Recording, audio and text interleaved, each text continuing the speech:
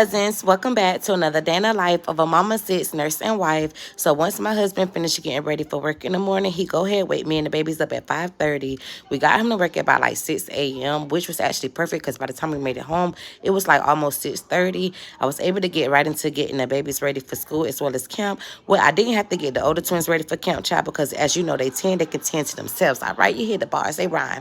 Anyways, I had to go ahead and get the 3 chipmunks ready, child. I start off with Alvin. You already know he bossy, uncooperative, don't like to be managed, child, like to do whatever the hell he want to do, and always very complaintive. So I started off with him, then I got right into Simon.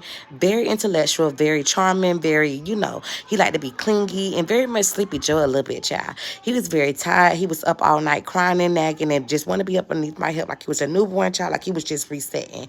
Once I finished up with him, I piggyback over to Alvin because I got to have a little balance, child, because one thing I got to do with these babies, I can't just go baby to baby and then toddler to baby because one of the babies going to be acting up and the toddler going to always be acting up. So I got to just like piggyback between them, like hop in, hop out, hop in, hop out.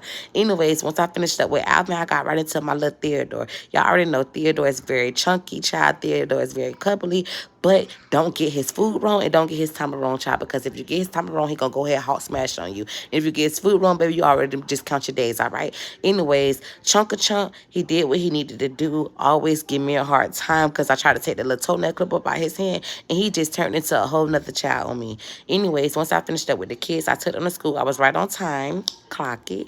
Once I finished with that, I was able to go home, get a little rest. I did have an interview for a new position today, which I'm very excited for, y'all. My mouth just starting to fill up with a lot of the spit because I'm on this little voiceover, and I ain't did this in a while.